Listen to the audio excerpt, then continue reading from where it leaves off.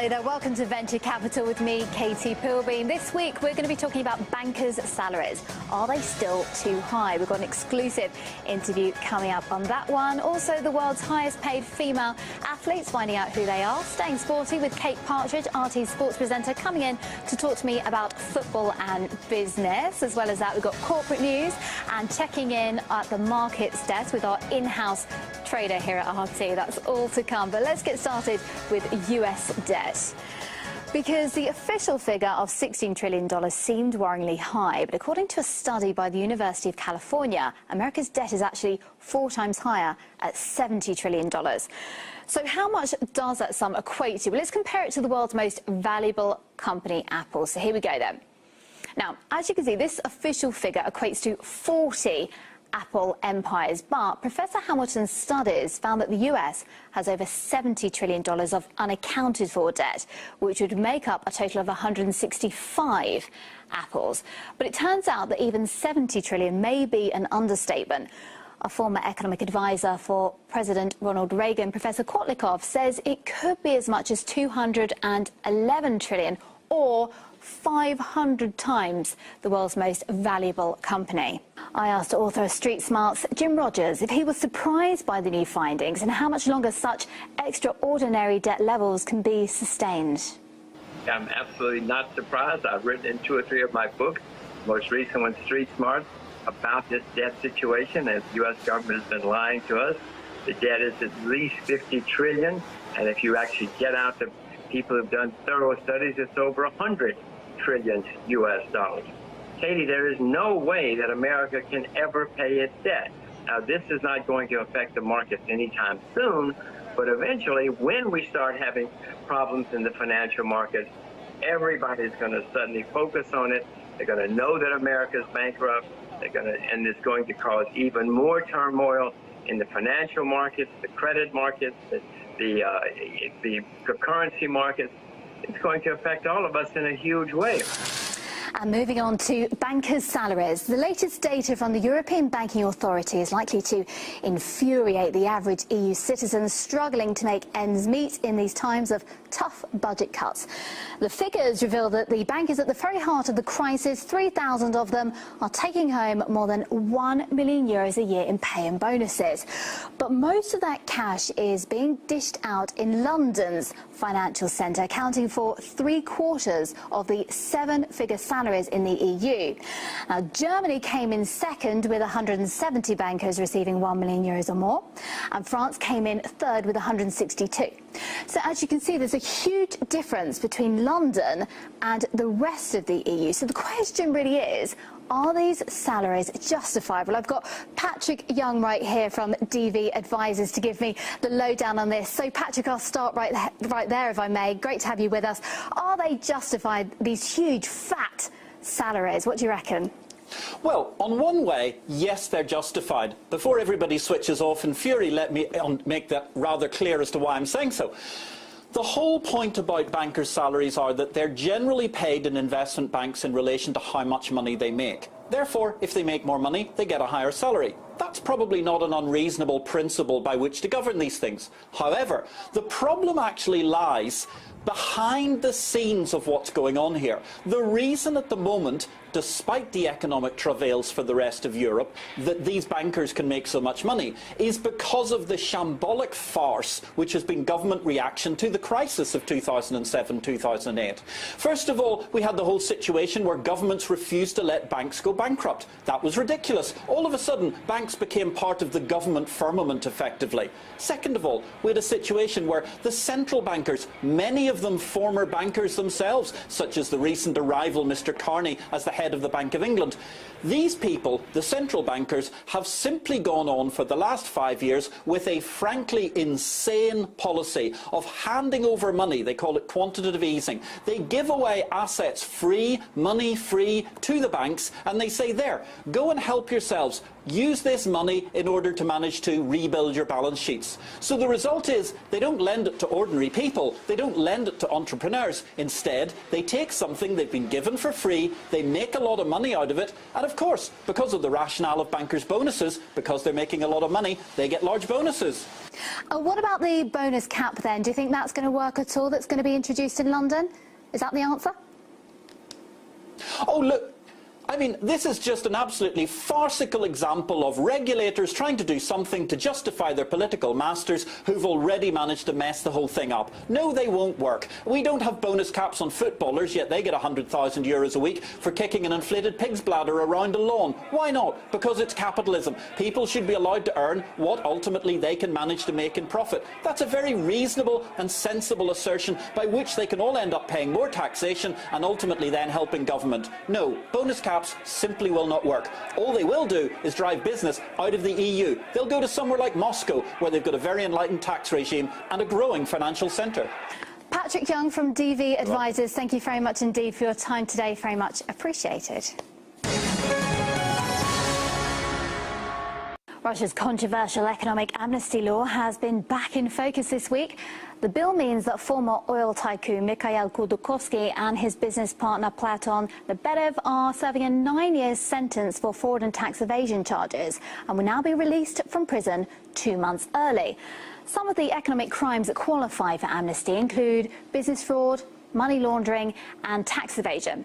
This new law has been embraced by the business community, seen as a step towards making Russia more investor-friendly. And now time for some corporate news. The owner of Russia's biggest aluminium producer, Rusal, Oleg Deripaska, is closing factories across Russia and may ask the government for another bailout. Cellular provider Megaphone buys 4G operator ScarTel for $1.2 billion. And this week, Russia's biggest carrier, Aeroflot, made the top 5 list of leading airlines in Europe by revenue. And now it's time to check in our markets desk. We're going to find out what's been happening to the Russian markets, what's been moving and shaking this week. We've got our very own RT News presenter, Sean Thomas. I've been very generous, haven't we, Sean? We give you $10,000 to go trading with, an amateur trader. But this is serious business. What have you been up to? Tell us all about it. How's the experience going? Well, Katie, there's good news and bad news. As you mentioned, I am an amateur, so I kind of went about this from a news approach or a common sense approach. And I figured, what do people need? What do they need in this world? And metal, that's one thing that makes everything go round, from aluminum cans to parts for computers. So I kind of took a dive because I went with Rusal, the world's largest aluminum company. And you talked about Oleg Deripaska a little bit there before. And it tanked down 70%. So not very good at all. But I'm holding faith because the metals are rallying. In fact, Deripaska was out in Vladivostok this week, and he talked about looking to the east for the direction of the market. China, a big buyer of metals, their production is up. So I'm looking to metals. I'm going to have some faith in Deripaska here. But there was also some good news because I looked at the grid companies because everybody needs power, right? I mean, in fact, our television station wouldn't run without electricity. True. So I looked at the grid companies. They're up quite a bit, or at least doing okay. So while I took a bath with metals, I did okay with some of the grid companies this week. Okay, good stuff. So mixed bag going on. Next week, you don't have the excuse of being a beginner in all of this. So we want to know what is up your sleeve. What have you got planned? What are you going to be tackling? Right, indeed. Okay, again, from a common sense approach, I was looking at the banks and the central bank basically not changing lending rates. So I'm thinking the financials might be one way to look at that. And whenever the financials are steady, that means oil is going to do well, at least in my mind. So I'm going to be looking at some oil. And then also cell phones, right? You have one, I have one, we all have one. People just live off of these things. And so on this news about Megaphone purchasing ScarTel, I'm expecting that to do good things. So I'm going to go for some cell phone action for the coming week. You do that. Sean Thomas, thank you so much indeed for that. And checking in next week, we want results. So the pressure's on, all right? Okay, Sean Thomas just there. Okay, moving on. Forbes has named Russia's tennis superstar Maria Sharapova the highest paid female athlete for the 9th year running, thanks to her $1 million contracts with Nike, racket brand Head, and her own brand of sweets. Ms. Sharapova has made a staggering $29 million last year. Despite being the world's #1 tennis player, Serena Williams of the USA came in second in the cash stakes with a cool $20.5 million.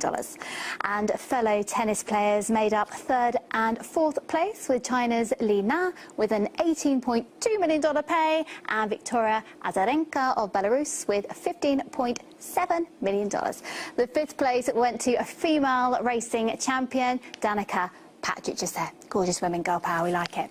Now, moving on, staying with sports, the billionaire owner of Russia's most expensive football club, Asieh, is planning to slash the budget by 2/3. Mr. Solomon Kerimov, Russia's 19th richest man with a fortune of $7 billion, is planning to sell some of the world's top players to achieve his goal. And as you can see, the stars, they do not come cheap. Now, this is a change of tact for Mr. Kerimov, who splashed out more than $180 million last season. Now, one of the reasons for his belt tightening could be down to the fact that his potash empire, Uralkali, recently took a battering on the stock market, dropping 20% after the collapse of the world's biggest cartel fell through. So for more on what's behind these cuts and the implications on the sporty side of thing, I've got the fairy lady just here, Kate Partridge, our sports host. Tell me, what do you make of these cuts then, Kate? Hello then, Katie. Well, first of all, gone are the days when Asieh hit the headlines by signing big-name players like Samuel Eto'o and Willian. That seems to be all over. And it's not just no longer big signings, it also means wage cuts. So all these big earners, they'll be going. Samuel Eto'o earns a reported $10 to $20 million a year. And it's not just the big-name foreigners that will be going as well, it's also Russians. The Russian football system means there's a quota, and you have to have 4 Russians on the pitch at any one time. This pushes up the prices of the Russians and their wages, so they've got to go too. So 3 internationals, they've already left Asieh. So if you don't have established players, where do you get your team from? So the emphasis now is going to be on youth investment, youth development. As part of the Asieh project, Mr. Kerimov said, we're going to put money in local players, in local Dagestan players, and encourage them. And they could also be returning to Dagestan, because currently all Asieh's players live and work and train in Moscow and fly to Makhachkala, some 800 miles away, for their home matches. This looks like that could be at an end as everybody goes local. Well, just having, I mean, I'm not an expert, as I say, but just looking at the league table and the stats, the goals and all of that, even with all these millions, they haven't done particularly well, have they?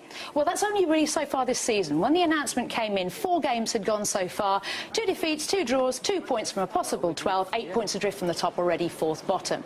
However, there's a tendency to look at Asieh and Suleiman Kerimov and compare him with Roman Abramovich and Chelsea.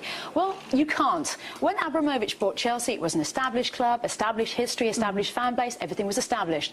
Asieh wasn't. And let's face it, last year they were title contenders for the first part of the season. They ended up coming 3rd. They're in the Europa League for 2 years running. Pretty impressive for a small club.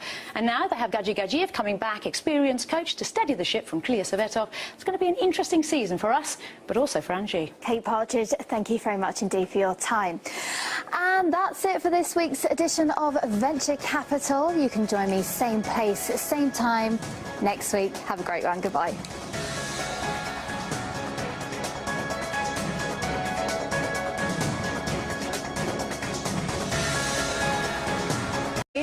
And checking in at the markets desk with our in-house trader here at RT. That's all to come. But let's get started with US debt, because the official figure of $16 trillion seemed worryingly high. But according to a study by the University of California, America's debt is actually 4 times higher at $70 trillion. So how much does that sum equate to? Well, let's compare it to the world's most valuable company, Apple. So here we go then.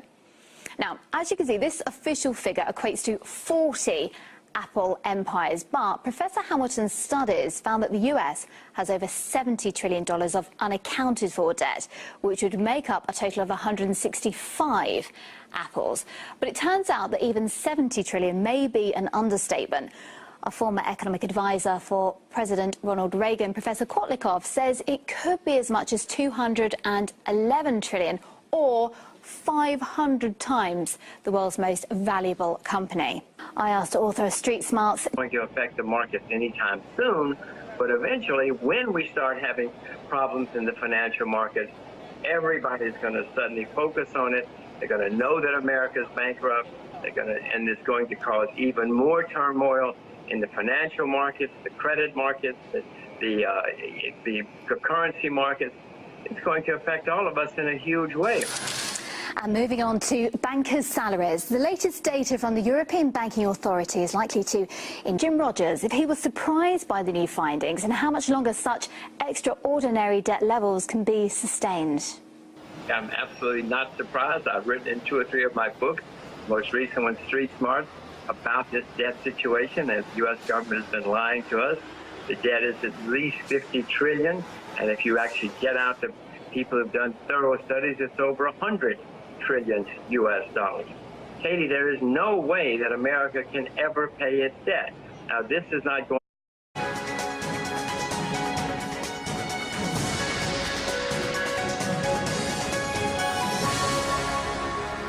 Hello there, welcome to Venture Capital with me, Katie Pilbeam. This week we're going to be talking about bankers' salaries. Are they still too high? We've got an exclusive interview coming up on that one. Also, the world's highest paid female athletes, finding out who they are. Staying sporty with Kate Partridge, RT sports presenter, coming in to talk to me about football and business. As well as that, we've got corporate news.